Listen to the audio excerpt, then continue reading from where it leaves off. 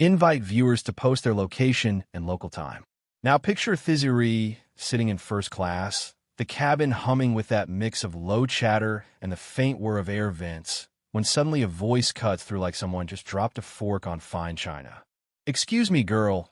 This isn't the welfare line. First class is for people who can actually afford it." That's Janelle Williams, the flight attendant, looming over a well-dressed black woman in seat 2A. And you can feel the oxygen in the room change. The woman Dr. Kesha, washing Tondo, isn't flinch, doesn't even raise her voice. "I have a first-class ticket," she says, like someone stating the weather. But Janelle snatches the boarding pass like it's contraband, squints at it for show, and then slaps it back against Kesha's chest with enough force to echo off the overhead bins. Some passengers smirk, others stare. One man in 1C already has his phone out like he's filming a raccoon in a convenience store.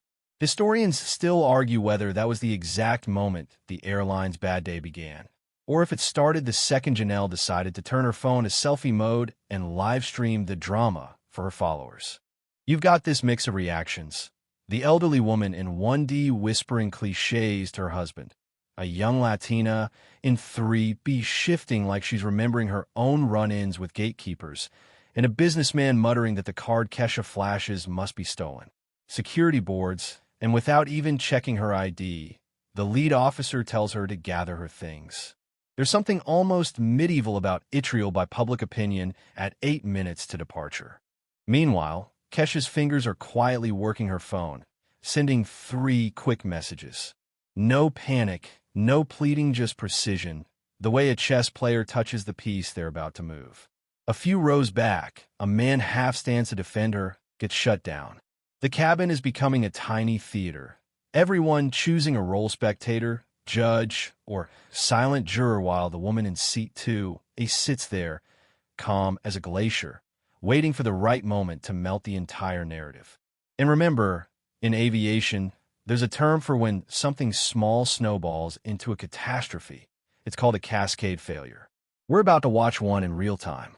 The cascade starts when Derek Jenkins, senior flight manager, appears at the door with that clipboard posture, half authority, half bureaucracy.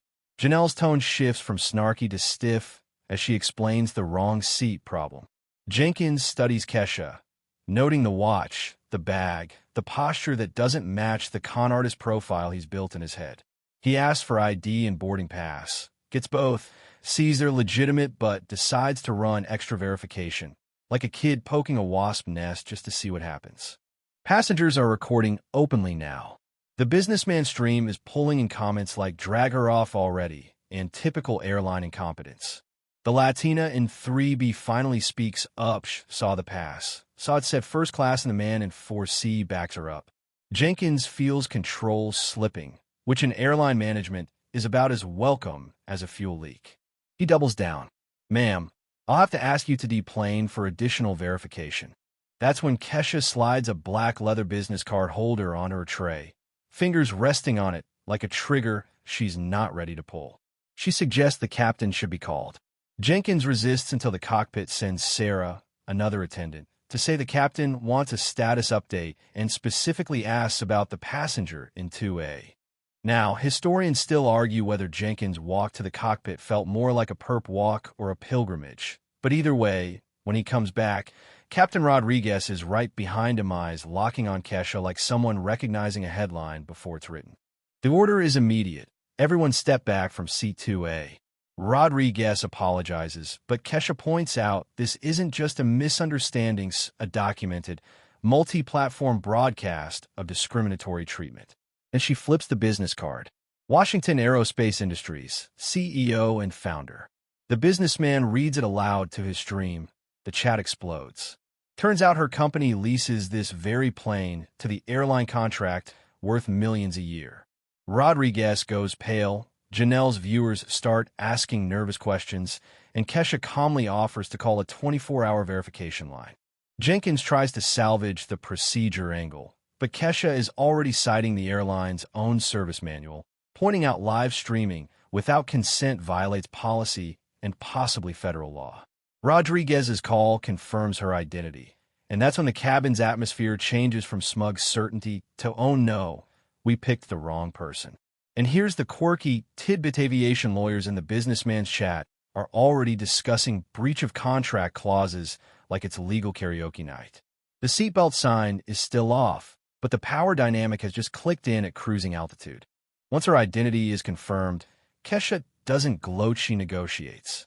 She outlines immediate actions: terminate the employee who started the incident, suspend and retrain the manager who escalated it without verification, issue a public apology. Director Morrison, patched in on speaker from regional HQ, agrees instantly. But she's not stopping there. Systemic reforms are on the table. Unconscious bias training for all customer-facing staff, revised verification procedures, and quarterly diversity metrics reported straight to her company. Janelle tries the anyone could have made this mistake defense, but the air is thick with silence until Morrison fires her on the spot. Passengers exchange looks, some relieved, some chastened. The man in 1C admits he judged too fast, apologizes, and Kesha turns even his video into a future training tool. Officer Martinez offers his own apology, and she reframes it as a system failure, not just an individual one.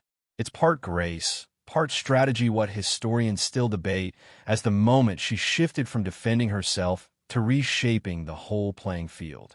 Then she drops the second business card, Meridian Investment Group, with a 12.7% equity stake in the airline's parent company. She's not just a major client, she's part owner. The chat in 1CS livestream combusts. This isn't a passenger airline conflict, Anna Maria's corporate self-harm in real time. By the time Morrison promises full adoption of her reforms, the businessman stream has become a case study in power dynamics. Months later, the ripple effect is measurable. Complaints of discrimination on Skylink dropped 73%. Other airlines adopt similar models, and the FAA drafts industry-wide standards based on what's now called the Washington Protocol. Officer Martinez runs the airline's new advocacy division. Maria from 3B launches her own diversity consultancy. Even the elderly woman from 1D joins the passenger advisory board. And Kesha? She founds the Dignity in Transit Foundation, helping hundreds of travelers fight discrimination with a 91% success rate. The quirky fact here: aviation schools now teach her incident alongside safety protocols, right between evacuation procedures and icing on the wings. The wind down comes as the aircraft in that original flight finally lifts off, not just toward Atlanta, but toward a new standard in air travel. The hum of the engines becomes a low, steady breath, the kind that slows your heart and tells you it's safe to relax. You can imagine the cabin lights dimming, passengers leaning back, and the quiet satisfaction of knowing that someone didn't just win a fight, they changed the rules of it entirely. It's the kind of ending that doesn't shout. It lingers like a warm note in the air, reminding you that real change often begins in the unlikeliest seats, sometimes 2A.